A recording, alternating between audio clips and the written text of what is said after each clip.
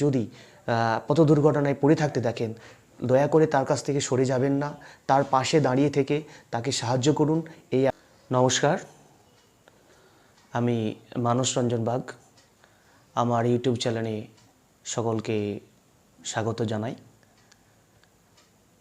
আজকে যে বিষয়টার উপরে আমি আলোচনা করব, একজন মানুষ যখন তার জীবনের স্বাভাবিক ছন্দপতন ঘটে বা হঠাৎ করে অসুস্থ হয়ে পড়েন, সেই ব্যক্তি যদি কিছু ন্যূনতম আমাদের সহযোগিতা পায়, তাকে আমরা সঠিকভাবে তার জীবনে আবার ফিরিয়ে আনতে পারি। সেই ধরনের আজকের একটি বিষয় নিয়ে আলোচনা করব। বিষয়টা হচ্ছে রোড অ্যাক্সিডেন্ট। আমরা প্রতিনিয়তই পাশাপাশি নিউজ পেপার, টিভি চ্যানেল, বিভিন্ন জায়গাতেই আমরা কম বেশি লক্ষ্য করি যে প্রতিনিয়ত মানুষ বিভিন্ন ধরনের রোড অ্যাক্সিডেন্ট বা এই ধরনের সমস্যায় ভুগতে থাকে। সেই সমস্যাটাকে সমাধান করার জন্য বা আমরা দেখি রাস্তায় মানুষ অ্যাক্সিডেন্ট হয়ে এমার্জেন্সি রক্তাক্ত অবস্থায় পড়ে আছে, বা তার হৃদস্পন্দন চলছে, বা কি সে বেঁচে আছে কি মারা গেছে সেটাও আমরা বুঝতে পারি না। সেই বিষয়টাকেই আমরা আজকে এই ভিডিওতে আলোচনা করব যে একজন ব্যক্তি যদি আক্রান্ত হয় এই ধরনের বা অ্যাক্সিডেন্ট হয়, তার কাছ থেকে দূরে সরে না যেয়ে তাকে কিভাবে প্রাথমিকভাবে চিকিৎসা করা যায়, সেই ট্রিটমেন্ট বা কিছু পদ্ধতি আমাদের যদি জানা থাকে, তাহলে একটা মানুষের জীবন আমরা ফিরিয়ে দিতে পারি।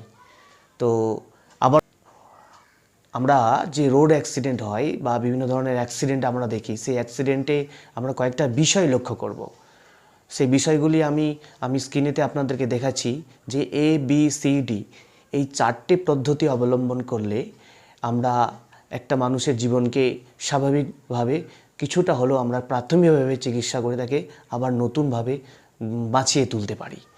A অর্থাৎ এয়ারওয়েজ, বি অর্থাৎ ব্লিডিং, সি অর্থাৎ সার্কুলেশন, আর ডি হচ্ছে ডিসপোজাল। এই 4টি স্টেপ নিয়ে আজকের আমার এই ভিডিও। কিভাবে এই 4টি স্টেপকে আমরা মেনটেন করলে একজন মানুষ আক্রান্ত ব্যক্তিকে তার স্বাভাবিক ছন্দে ফিরিয়ে নিয়ে আসা যায়, তারই পদ্ধতিটাকে আমরা এই ভিডিওতে বিস্তারিতভাবে আলোচনা করব। যারা আমার অন করে রাখবেন, যাতে পরবর্তী আমি যখন ভিডিও আপলোড করব সেই নোটিফিকেশান আপনার মোবাইলে সবার আগে পৌঁছে যাবে। তাই দেরি না করে আজকে শুরু করছি। আজকে নতুন টপিক, পথ দুর্ঘটনা অর্থাৎ রোড অ্যাক্সিডেন্ট। বিভিন্ন জায়গায় যাতায়াত করি, সেই যানবাহন কারণজনিত কারণে অনেক মানুষের অ্যাক্সিডেন্ট হয়ে যায়। সেই অ্যাক্সিডেন্টটাকে ফার্স্ট অফ অল আমরা যেটা দেখব, আমি 4টি স্টেপ বললাম, তার মধ্যে ABCD এই 4টি যে স্টেপ, তার মধ্যে প্রথমে আসছে এয়ারওয়েজ, অর্থাৎ তার যে মুখ বা শ্বাসনালী আছে, সেই শ্বাসনালীর মধ্যে অ্যাক্সিডেন্টের কারণে যদি কোনো কারণে সেই শ্বাসনালীতে কোনো কিছু আটকে যায়, প্রথমেই সেই তার শ্বাসনালীটাকে আমরা পরিষ্কার করব। এবার মুখের মধ্যে যদি কোনো রকম কিছু ঢুকে যায়, সেটাকে আমরা পরিষ্কার করব। এবং আমরা দেখব যদি ওই আক্রান্ত ব্যক্তি মুখ দিয়ে লালা ঝরে বা বমি করতে থাকে, তাহলে তাকে আমরা কাত করে বা উপুর করে শু করিয়ে দেব। কারণ যদি এরকম পদ্ধতি আমরা অবলম্বন না করি, তাহলে মুখ থেকে যে লালা ঝরছে বা বমি করছে সেটা তার শ্বাসপথে আটকে যাবে এবং সেক্ষেত্রে সেই মুহূর্তে ব্যক্তি মারা যেতে পারে। তাই প্রথম স্টেপ হচ্ছে এয়ারওয়েজ, তার শ্বাসপথ পরিষ্কার করে রাখা। স্টেপ হচ্ছে ব্লিডিং, অর্থাৎ কোনো আক্রান্ত ব্যক্তি যদি আমরা দেখি যে রক্তপাত হচ্ছে, সেই রক্তপাতের কী ধরনের রক্তপাত হচ্ছে সেটা আমরা লক্ষ্য যদি করি একটু, যদি দেখা যায় রক্তপাতটা বেশ গলগল করে হচ্ছে, তাহলে জানতে হবে সেটা তার শিরা কেটেছে। যদি ফিনকি দিয়ে রক্ত হয় তাহলে জানবে ধমনী কেটেছে। এবং যদি দেখা যায় চুঁইয়ে চুঁইয়ে রক্ত পড়ছে, তাহলে বুঝতে হবে তার রক্তজলক কেটেছে। সেক্ষেত্রে আমরা রক্তজলক কাটলে তাকে 10 মিনিট চেপে ধরে রাখতে হবে সেই জায়গা। এবং যদি শিরা কাটে, সেক্ষেত্রে তাকে ঠিক ফরসেপ বা আটারি দিয়ে সেই জায়গাটাকে তৎক্ষণাৎ বন্ধ করার চেষ্টা করতে হবে। অতএব আমরা এই পরিস্থিতি দেখলে আমরা যদি এই স্টেপগুলো অবলম্বন করি, তাহলে কিন্তু একটা ব্যক্তির যে ব্লিডিং, সেই ব্লিডিংটাকে আমরা বন্ধ করতে পারবো। হ্যাঁ, তৃতীয় স্টেপ যেটা আমরা করব সেটা হচ্ছে যে সার্কুলেশন, অর্থাৎ একজন আক্রান্ত ব্যক্তির তার হৃৎপিণ্ডে যে লাবডাব আওয়াজ সেটা হচ্ছে কিনা আমরা লক্ষ্য করব, বা কান দিয়ে সেটাকে শোনার চেষ্টা করব। যদি এই ধরনের কিছু যদি পথ দুর্ঘটনায় পড়ে থাকতে দেখেন, দয়া করে তার কাছ থেকে সরে যাবেন না, তার পাশে দাঁড়িয়ে থেকে তাকে সাহায্য করুন। এই আজ আমরা না পাই, তাহলে তৎক্ষণাৎ তাকে ঠিক পজিশন মতো শু করিয়ে রেখে তাকে আমরা সার্কুলেশন দেওয়ার চেষ্টা করব। পদ্ধতি সেটা হচ্ছে সার্কুলেশন। এই সার্কুলেশন পদ্ধতিটা খুব ইম্পর্টেন্ট, কারণ এই সার্কুলেশন পদ্ধতিটাতে একজন মানুষকে যদি অজ্ঞান বা অচেতন থাকে বা তার যদি হৃৎস্পন্দের তার সেই মুহূর্তের জন্য কিছু সময় বন্ধ হয়ে থাকে, সেটাকে আমরা এই সার্কুলেশন এই পদ্ধতির মাধ্যমে তাকে স্বাভাবিক ছন্দে ফিরিয়ে আনতে পারি।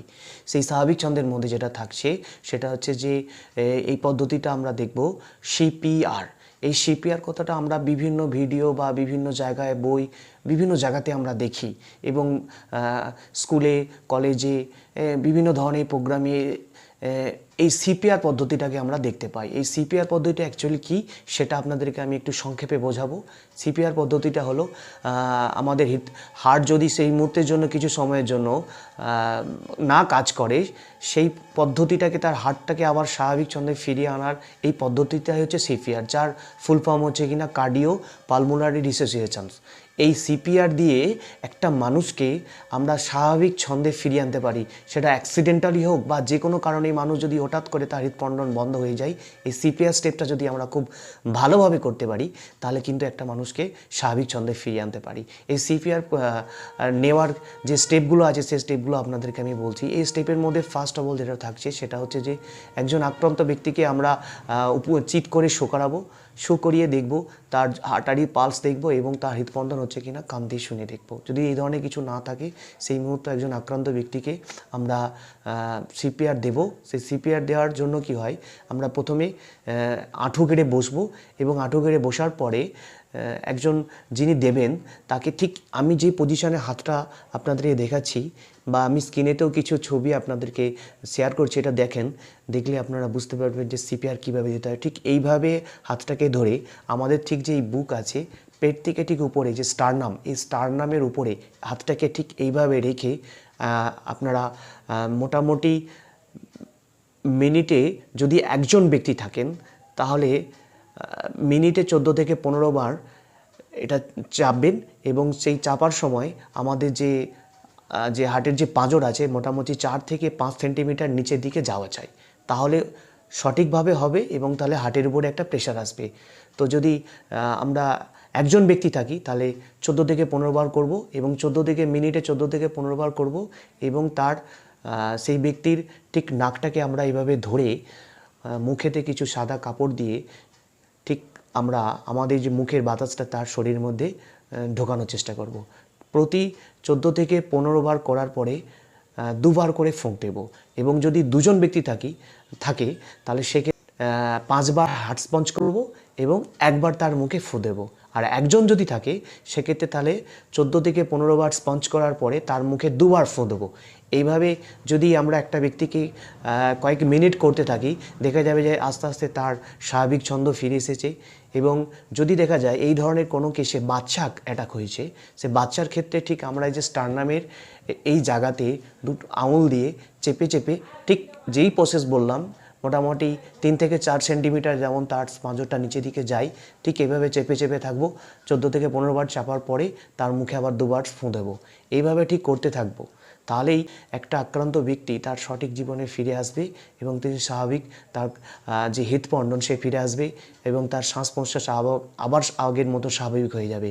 এই সিপিআর পদ্ধতিটা অ্যাক্সিডেন্টাল কেসে খুব ইম্পর্টেন্ট, তাই আপনারা এই সিপিআরের স্টেপটা আমি আপনাদেরকে বললাম এবং কয়েকটা ছবি শেয়ার করলাম। সেই ছবিতে আপনারা দেখেন কিভাবে সিপিআর দেওয়া হচ্ছে এবং প্রসেসটা আপনাদেরকে বললাম।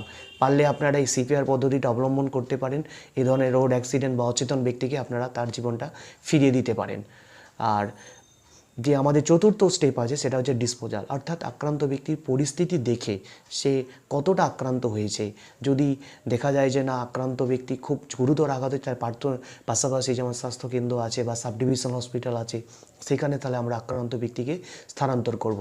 এবং স্থানান্তর করতে করতে এই যে স্টেপগুলো আমি বললাম, সে প্রত্যেকটা স্টেপকে যদি ফলো করতে পারি, এবং সবথেকে ইম্পর্টেন্ট স্টেপ হচ্ছে সেটা হচ্ছে সিপিআর। এই সিপিআরটা দিতে দিতে একজন আক্রান্ত ব্যক্তিকে আমরা যদি হসপিটালে স্থানান্তর করতে পারি, তাহলে কিন্তু একটা মানুষের জীবন আমরা ফিরিয়ে দিতে পারি। তাই সকলের কাছে আমার অনুরোধ, কোনো আক্রান্ত ব্যক্তি যদি পথ দুর্ঘটনায় পড়ে থাকতে দেখেন, দয়া করে তার কাছ থেকে সরে যাবেন না, তার পাশে দাঁড়িয়ে থেকে তাকে সাহায্য করুন। এই আমার যে 4টি পদ্ধতি আপনাদেরকে বললাম, এই 4টি পদ্ধতি আপনারা অবলম্বন করেন, দেখবেন একটা মানুষকে আমরা স্বাভাবিক তার জীবনে ফিরিয়ে দিতে পারি। তাই সকলকে আমার আবার পুনরায় নমস্কার। যারা চ্যানেলে নতুন আছেন অবশ্যই চ্যানেলটিকে সাবস্ক্রাইব এবং পাশে থাকা বেল আইকনটিকে আপনারা অন করে রাখুন নোটিফিকেশান পাওয়ার জন্য, এবং এই ভিডিওটা দেখার জন্য আবারও সকলকে ধন্যবাদ।